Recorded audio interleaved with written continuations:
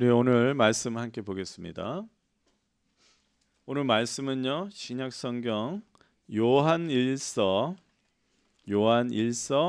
14절에서 15절입니다. 요한 1서 여러분들 성경책에 한 374페이지 되겠네요. 374페이지 정도 됩니다. 요한 5장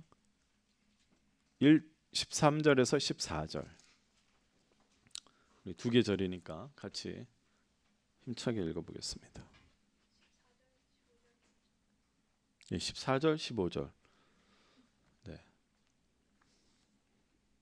제가 14절, 15절이라고 안 하고 13절, 14절이라고 했던 것 같습니다. 14절, 15절. 같이 읽어보겠습니다. 시작. 우리가 하나님에 대하여 가지는 담대함은 이것이니 곧 무엇이든지 우리가 하나님의 뜻을 따라 구하면 하나님은 우리의 청을 들어주신다는 것입니다. 우리가 무엇을 구하든지 하나님이 우리의 청을 들어주신다는 것을 알면 우리가 하나님께 구한 것들은 우리가 받는다는 것도 압니다. 아멘. 이 말씀은 하나님 말씀이며 살아있는 말씀이며 내 인생의 해답이다. 아멘. 지난주 우리들의 선배님 바울 사도가 어떻게 예수님을 만나게 되었는지, 그리고 어떤 증인의 삶을 살았는지 우리가 함께 나누었습니다. 증인의 삶을 살기 위해서 먼저 우리는 주님의 그 헤아릴 수 없는 은혜, 그것이 무엇인지 경험하게 됩니다. 주님의 헤아릴 수 없는 그 사랑과 용서, 그리고 우리를 끝까지 기다리시고 바라보시는 그 은혜를 경험하면서 주님의 증인이 되는 것입니다. 여러분들이 증인의 그 마음이 결단이 된 것은 이미 그 은혜가 여러분들에게 경험되어져 있습니다. 그 사랑과 용서, 끝까지 기다려주시는 주님의 그 마음을 우리는 이미 경험했기 때문에 증인의 삶으로 살고자 마음을 가지게 된 거죠.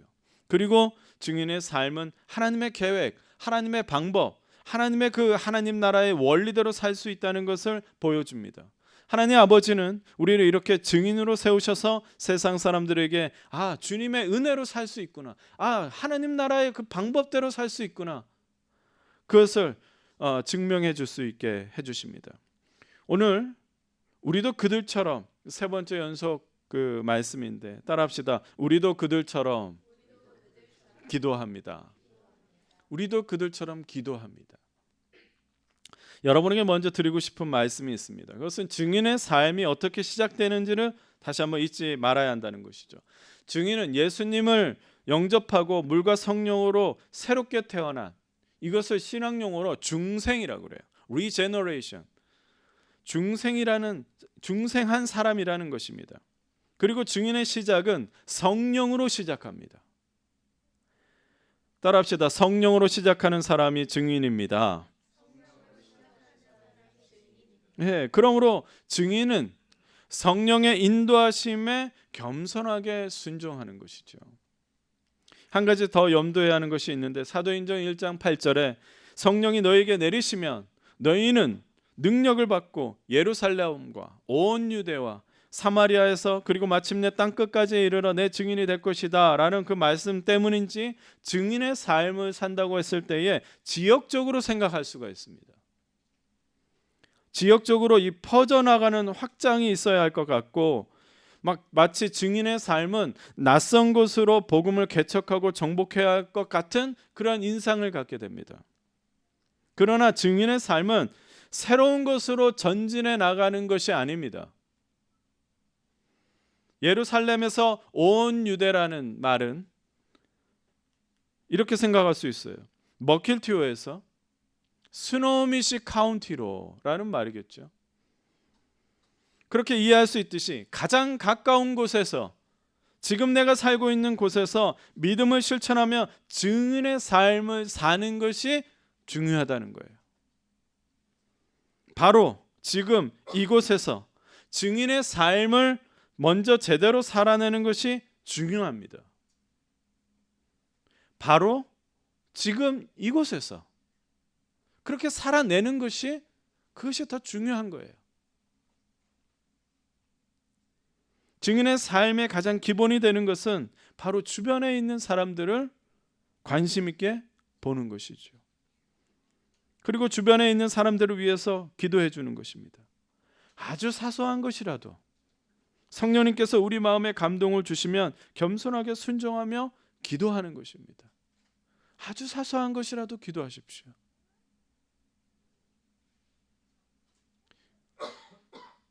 누가 찾아왔을 때 왜 찾아왔을까? 기도하기를 원하시는가? 기도하시면 됩니다. 왜요? 증인의 시작은 성령으로 시작되기 때문입니다. 그리고 인내를 가지고 주변에 있는 사람들을 섬기고 받아들이려고 해야 합니다. 받아들일 수 없는 사람들은 분명히 있습니다. 저도 있습니다. 약간 부담스럽습니다. 내가 생각하는 것과 다르게 생각하기 때문이죠. 다르게 행동하기 때문이죠. 우리 주변의 사람들을 보게 하시고 만나게 하시고 기도하게 하시는 분은 성령님이시라는 것을 믿는 사람이 바로 증인들입니다. 사랑하는 성도 여러분, 바울 사도는 주님께서 자신을 이방인, 주변에 있는 나의 이방인들, 그들에게 복음을 전하라고 부르셨다고 분명히 고백하고 있습니다. 바울 사도는 로마 제국을, 고린도 지역을, 갈라디아 지역을 위해서 부름받은 것이 아닙니다. 오직 만나게 되는 이방인에게, 주변에 살고 있는 이방인들에게 복음을 전하기 위해서 끊임없이 전진해 나갔더니 소아시아 전역에 교회가 세워지고 그렇게 믿는 자들이 늘어났던 것입니다. 바울 사도가 증인의 삶을 제대로 살았다고 존중받을 수 있었던 것은 많은 지역마다 교회를 세우고 지도자가 되었다는 것이 아닙니다. 이방인에게 복음을 전해야 한다는 그 분명한 부르심대로 하나하나 해나갔기 때문입니다. 예수님도 하나님의 뜻대로 사셨습니다. 예수님도 하나님의 시선을 따라서 그 시선을 맞추며 사셨습니다. 예수님도 성령님께 이끌려서 첫 번째 한 게 뭡니까? 광야로 나가셨습니다.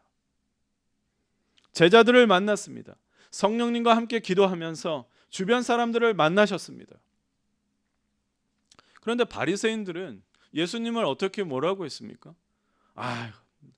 나사렛 그 촌놈이 무엇을 하겠느냐는 거예요.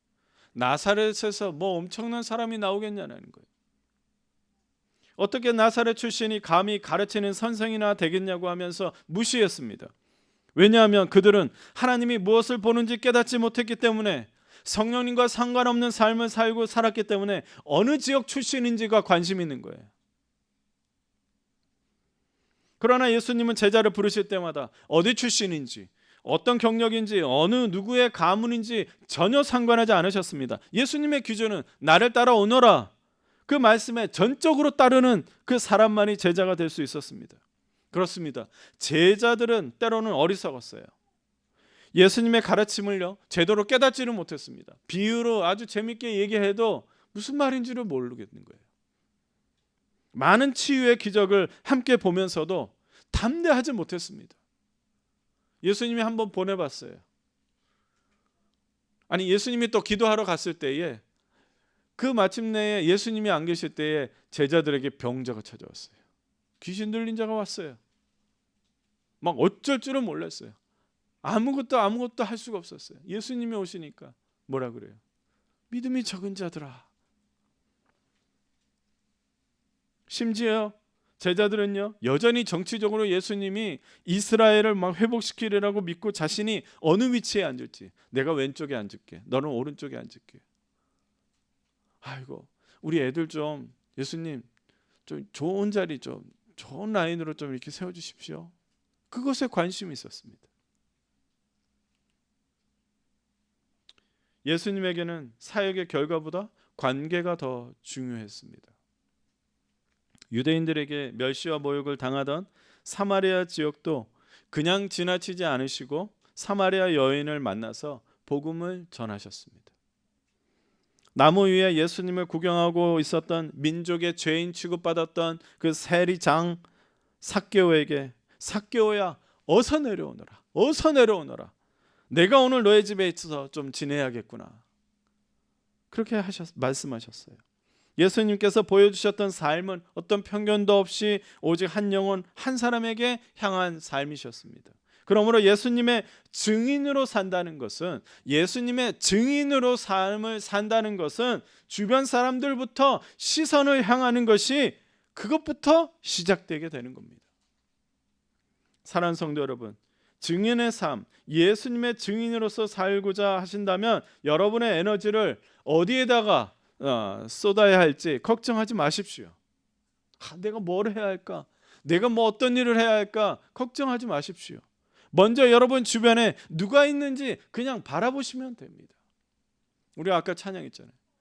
주네 날 채우시네, 주네 보게 하시네.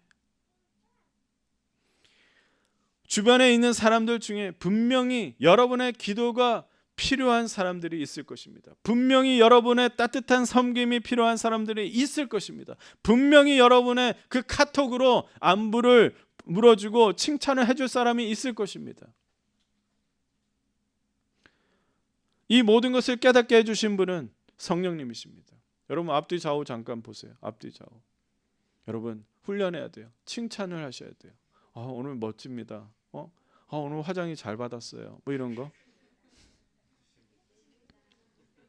여러분 증인의 삶에서 앞뒤 좌우로만 먼저 보면 됩니다. 가깝게는 우리부터 그렇게 살아봅시다. 여러분 우리 만난 지 1년도 안 된 사람들도 있어요. 아직도 어색합니다. 그러나 증인의 삶은요, 나의 그 MBTI를 뛰어넘어야 돼요.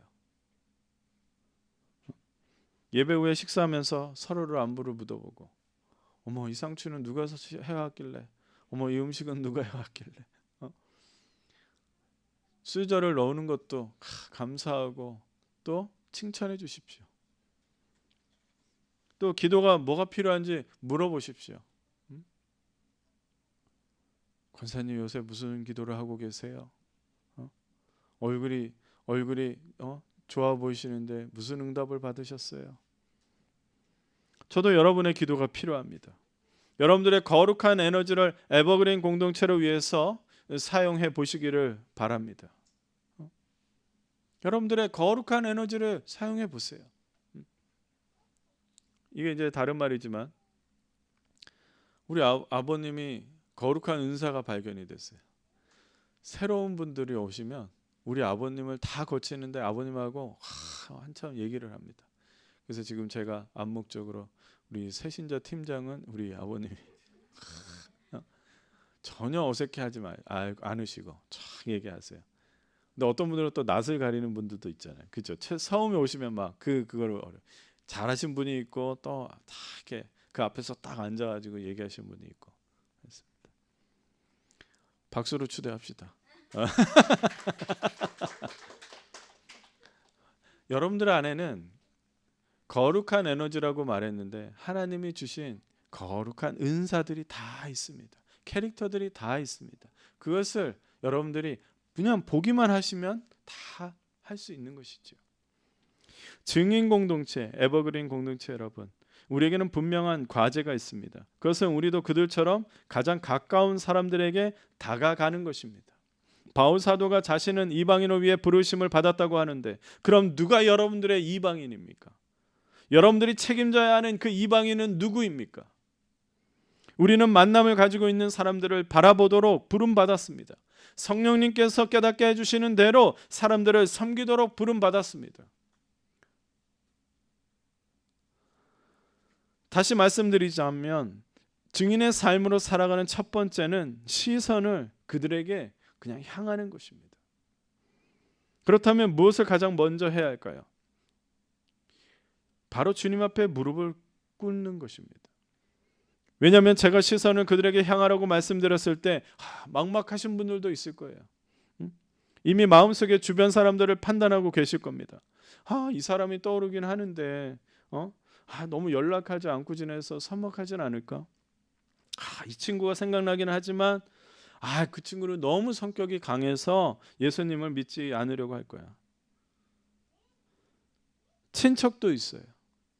근데 친척끼리 제대로 이거 신앙생활 하기 어렵다는데, 원래 친척끼리는 같이 같은 교회 다니는 거 아니라는데, 이런저런 생각을 할 겁니다.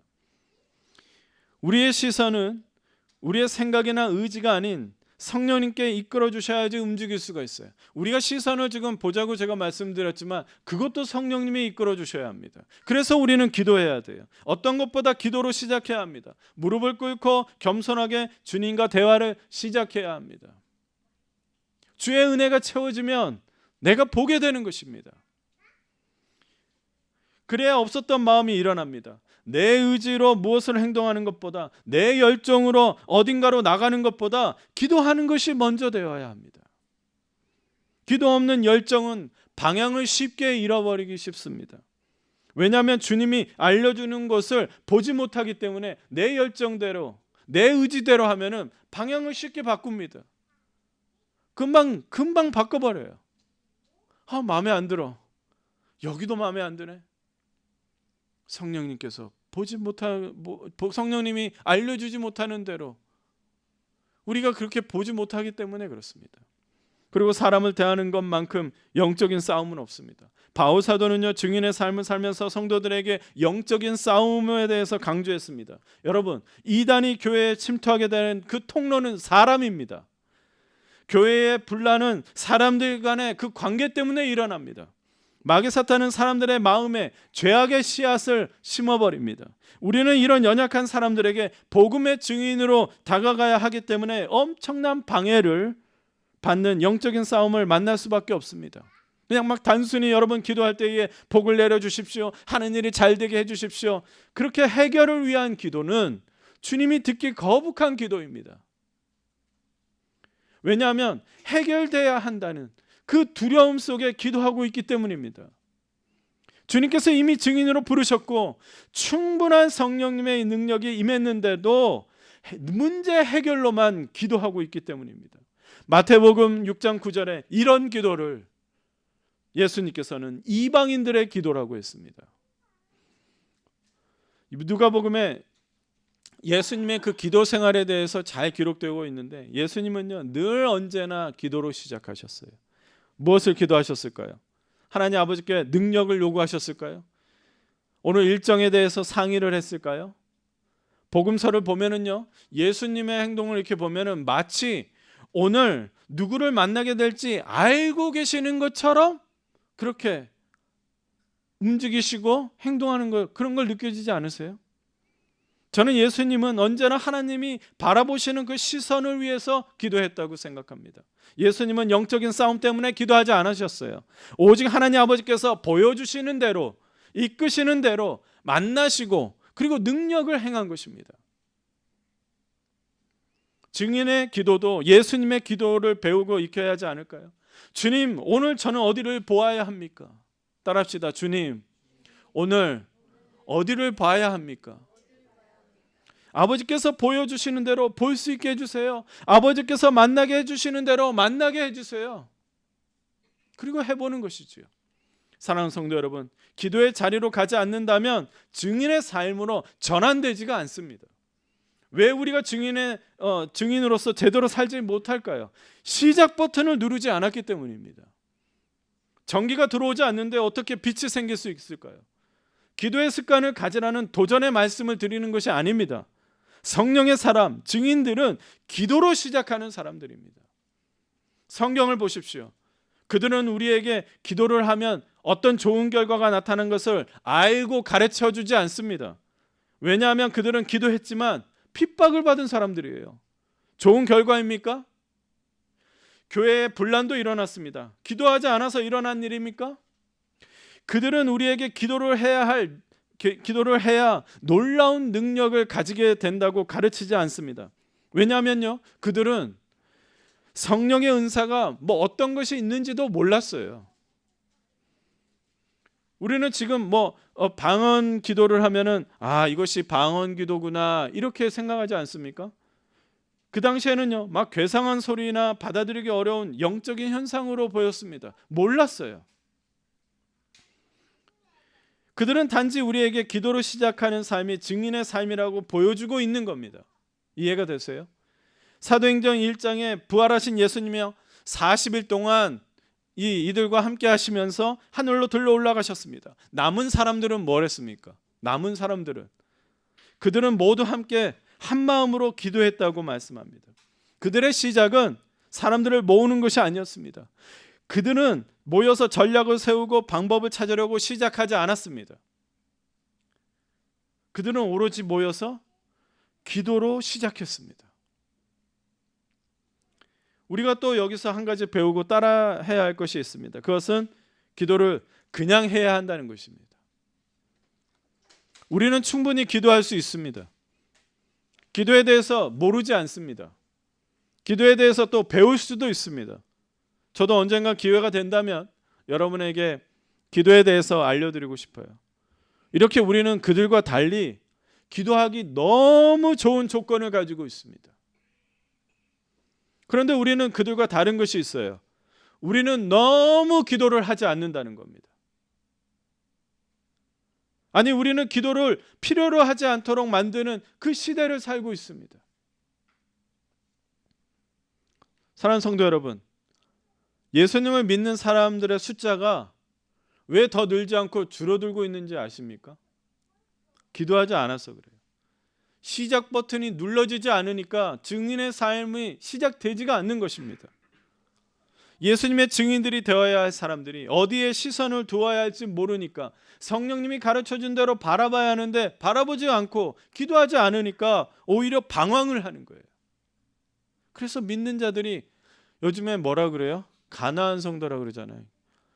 교회 안 나간다 그래서 거꾸로 하면 가나안, 안 나가 이런다는 얘기예요. 기도하지 않으면 어디에 시선을 둬야 할지 비전을 갖지 못하기 때문입니다. 보지 못하기 때문입니다. 제가 지난주에도 잠시 말씀드렸는데 우리가 보게 된 것이 무엇입니까? 여기 이 2,000명의 한인들 중에 그래 반은 예수님을 믿고 교회를 다닌다고 했을 때에 그 반 1,000명을 위해서 주님은 우리에게 1,000명을 보게 하셨고 그들을 위해서 주님을 믿게 해달라고 기도할 수 있는 눈을 주셨습니다. 예수님의 첫 번째 선포가 뭐예요? 회개하라, 하나님 나라가 가까이 왔느니라. 예수님께서 잃어버린 영혼들이 회개하는 것보다 중요한 일은 없습니다. 예수님에게 하나님 나라가 회복되어서 하나님의 자녀들이 돌아오는 것보다 더 중요한 일은 없습니다. 이제 그 예수님의 비전이 증인들에게 넘겨졌습니다. 이제 그냥 기도를 해야 합니다. 그냥 기도를 하며 시작 버튼을 눌러버려야 합니다. 어떤 결과, 어떤 능력이 일어날지 아무도 예측할 수 없습니다. 그들도 시작 버튼을 눌렀지 뭘 예측하고 기도가 어떻고 이렇고 계산하거나 생각하거나 개념을 갖고 한 것이 아닙니다. 그냥 시작한 겁니다. 그냥 시작 버튼을 누른 겁니다. 우리도 그들처럼 그냥 기도해야 합니다. 일단 무엇이든지 기도하는 그 시작을 하십시오. 우리는 대화하는 방법을 그 강의를 듣고 대화하지 않아요. 어린아이에게 대화 공식을 알려주고 자 대화할 때는 말이야 A에서 B를 이렇게 더해서 이럴 때는 이걸 해서 이 공식으로 대화를 가르치지 않습니다. 상황에 맞는 대화법이라는 것은 없습니다. 같은 사람이라도 상황에 따라서 감정에 따라서 대화는 다르게 전개됩니다. 부모님에게 칭찬받는 법을 알려주는 책이 있습니까? 내가 경험한 부모님, 내가 알고 있는 부모님에 맞춰서 대화하면서 칭찬을 받는 것이죠. 내가 상황에 부딪히면서 방법을 터득합니다. 부부싸움을 하면서 서로 이해를 해가고 그리고 맞춰갑니다. 기도도 마찬가지입니다. 저는 그 중보기도 강의를 준비하면서 기도에 관련된 책을 여러 권 읽었습니다. 기도에 대한 논문을 쓰면은 기도의 전문가가 될까요? 어릴 적 교회 선생님이 제게 기도하는 손 모양에 대해서 알려줬어요. 여러분 기도할 때 어떻게 기도하세요?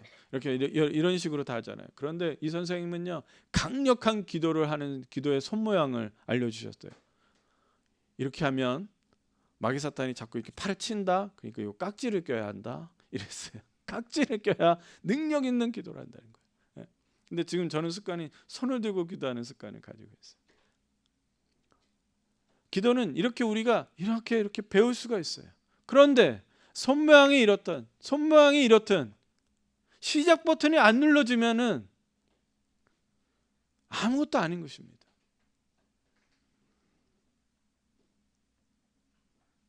우리는 일단 기도를 시작해야 합니다. 오늘 본문 말씀 요한일서 5장 14절 15절 말씀 보겠습니다. 우리가 하나님에 대하여 가지는 담대함은 이것이니 곧 무엇이든지 우리가 하나님의 뜻을 따라 구하면 하나님은 우리 청을 들어주신다는 것입니다. 우리가 무엇을 구하든지 하나님이 우리의 청을 들어주신다는 것을 알면 우리가 하나님께 구한 것들은 우리가 받는다는 것도 압니다. 여러분, 이 문장에서 뒤에 건 다 지우시고 맨 앞에 것만 보면 됩니다. 기도에 대해서 이렇게 말씀합니다. 하나님에 대하여 가지는 담대함. 다시 한번 읽어봅시다. 시작. 하나님에 대하여 가지는 담대함. 이 말씀 구절을 이해하면서 말씀 정리하겠습니다. 제가 만나는 기도의 사람들이 있습니다. 그들은 믿음으로 충만합니다. 그들은 언제나 담대합니다. 기도하는 사람은 사는 방식이 다릅니다. 그들은 언제나 부족하지 않습니다. 늘 감사가 넘치고 늘 기뻐하고 늘 긍정적입니다. 하나님과 남다른 그 친밀함을 가지고 있습니다. 기도하는 사람들은 아플 때나 어려움을 만날 때나 세상 사람들에게 느끼지 못하는 그 느낌이 있습니다. 왜 그럴까요? 기도의 사람들은 하나님의 시선을 가지고 있기 때문입니다. 보는 것이 다르기 때문이지요. 기도의 사람들은 이렇게 하늘의 증거를 가진 담대한 사람들입니다. 기도의 사람들은 하나님에 대한 분명한 증거를 가졌기 때문에 다르게 사는 것입니다. 우리가 하나님에 대하여 가지는 담대함은 이것이니 바로 그것이 기도입니다. 이 말씀은 기도의 원리로 이해하면 안 됩니다.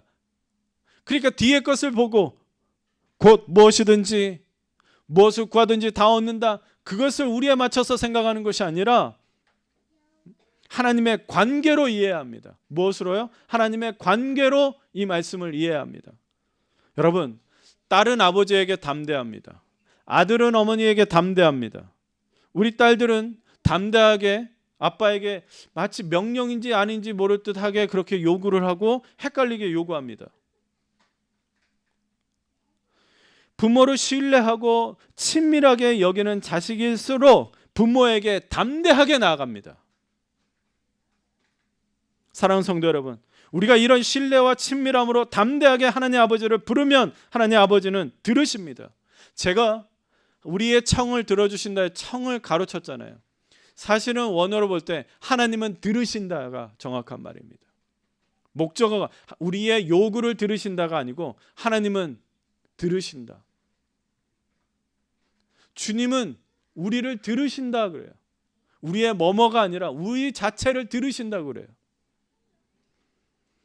특별히 우리를 증인으로 부르신 하나님 아버지께서 우리의 시작을 기다리고 계십니다. 시작 버튼을 누르기만 하면은 하나님 아버지께서 뜻대로 시작하실 것입니다. 무엇을 놓고 기도해야 할지, 어떤 자세로 기도해야 할지, 얼마나 기도해야 할지를 생각하지 마세요. 여러분이 지금이라도 하나님 아버지, 지금이라도 주님 이렇게 부르시면 그렇게 속삭여도 아버지께서 들으십니다. 우리가 놓치지 말 것은 담대하십시오. 우리 아버지십니다. 그리고 우리의 삶은 본격적으로 증인의 삶으로 전환됩니다.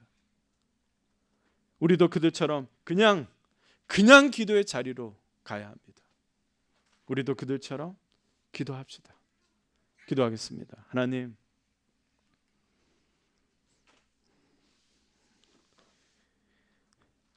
우리가 이제 시작 버튼을 누르려고 합니다. 기도의 자리로 들어가 주님이 무엇을 보게 하시는지 알게 하시고 깨닫게 하는 그런 일들로 이제 시작하려고 합니다. 주님, 우리의 소리를 들어주시고 내 마음의 소리를 들어주시고 그리고 우리에게 알려주십시오. 누구를 봐야 할지, 누구를 만나야 할지, 누구를 섬겨야 할지, 누구를 포용하고 받아들여야 할지 주님 알려주십시오. 우리의 연약함을 아시니 그것 또한 주님이 도와주실 줄로 믿습니다. 주님, 그리하여서 기도하며 나아가는 주님이 원하시는 증인의 삶으로 살게 하여 주시옵소서. 성령님, 간과하오니 우리에게 기도의 영을 부어 주시옵소서. 예수님의 이름으로 기도드립니다. 아멘. 넘쳐나리라 우리 함께 찬양합시다.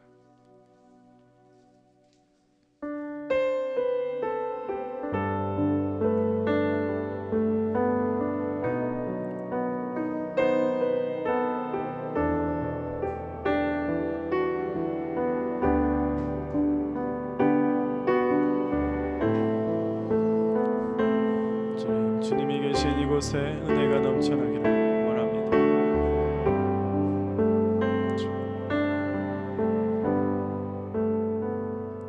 주님이 계신 이곳에 은혜가 넘쳐나기를, 우리의 왕의 왕 되신 주님의 나라가 이곳에 서기를, 주님의 십자가 보혈 강같이 온 땅에 흘러 우리 외 왕의 왕 되신 주님이 꿈꾸신 그 교회 되기를, 주님의 강물이 흘러 여기 생명의 나무 열매 맺으며 넘쳐나리라. 주님의 은혜로 생수의 강이 넘쳐나리라.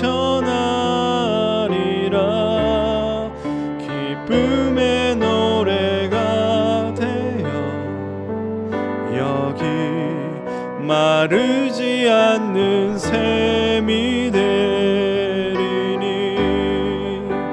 넘쳐나리라. 주님의 은혜로 생수의 강이 넘쳐나리라. 주님이 계신 이곳에, 여러분 원하십니까? 이곳에 주님의 은혜가 넘쳐나고 정말 주님의 생수의 강물이 흐르는 이곳이 되기를 원하십니까? 여러분이 되기를 원하십니까? 여러분 시작 버튼을 누르기만 하면 됩니다. 그것이 기도입니다. 담대하게 나아가기만 하면 됩니다. 왜냐하면 주님이 우리를 아버지가 되시고 우리는 그의 자녀이기 때문에 담대할 수 있습니다. 이 시간에 여러분 용기를 내십시오. 주님, 이제 주님 앞에 늘 기도하겠습니다. 걸어가거나 운전을 하거나 교실에 있거나 내 마음에 상한 마음이 찾아오거나 어느 순간이든지 기도하겠노라. 이 시간에 다짐하면서 주님께 기도하십시오. 우리 한번 내 영혼을 깨우는 마음으로 주여 한번 외치고 기도하겠습니다. 주여! 주님, 이 시간에 우리가 함께 기도합니다. 주님, 우리에게 기도의 영을 부어여 주시옵소서.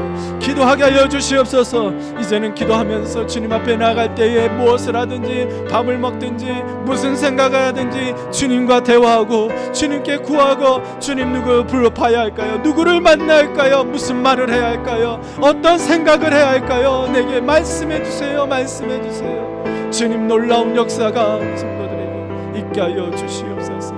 주님의 은혜가 있게 하여 주시옵소서. 주님의 말씀이 있게 하여 주시옵소서. 주님의 은혜가 충만하게 하여 주시옵소서. 주님 은혜가 말씀 속에 거하게 하여 주시고 성령여 임안에 걱정하여 주시옵소서. 주여 감사합니다. 감사합니다. 감사합니다. 주여 역사하여 주실 줄 믿습니다. 사랑이 많으신 하나님, 우리에게 주님 앞에 담대히 나가는 그 시작 버튼을 누르게 하여 주시옵소서. 무엇을 하든지 어느 순간이든지 매 순간 주님을 찾고 주님께 묻고, 그리고 주님의 그 길이 보여주시는 대로 순종할 수 있게 해주시옵소서. 주님이 원하시는 것, 주님의 비전이 우리를 통해서 펼쳐지게 하여 주시옵소서. 우리 어린 자녀들에게 있는 그 학교에서 친구나 선생님에게나 그들에게 주님 선한 영향력을 끼치는 섬김이 있게 하여 주시옵소서.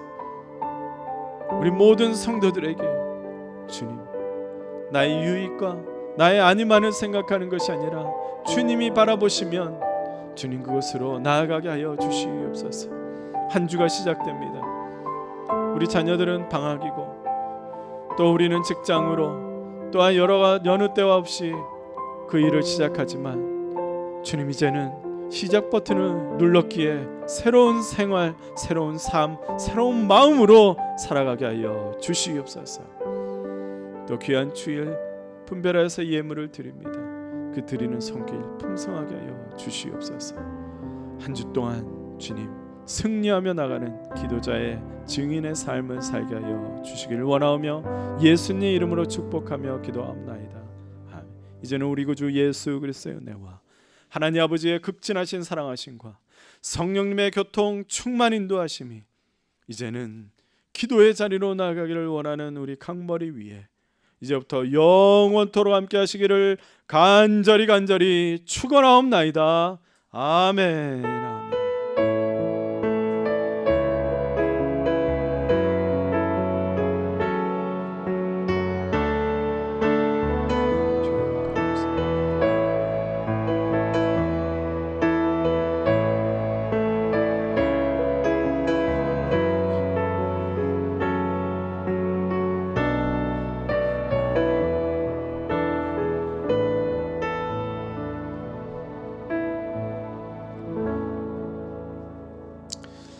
자, 오늘 광고는 우리 아이들은 방학이고 대학생들은 방학이 없죠. 네. 어휴. 그리고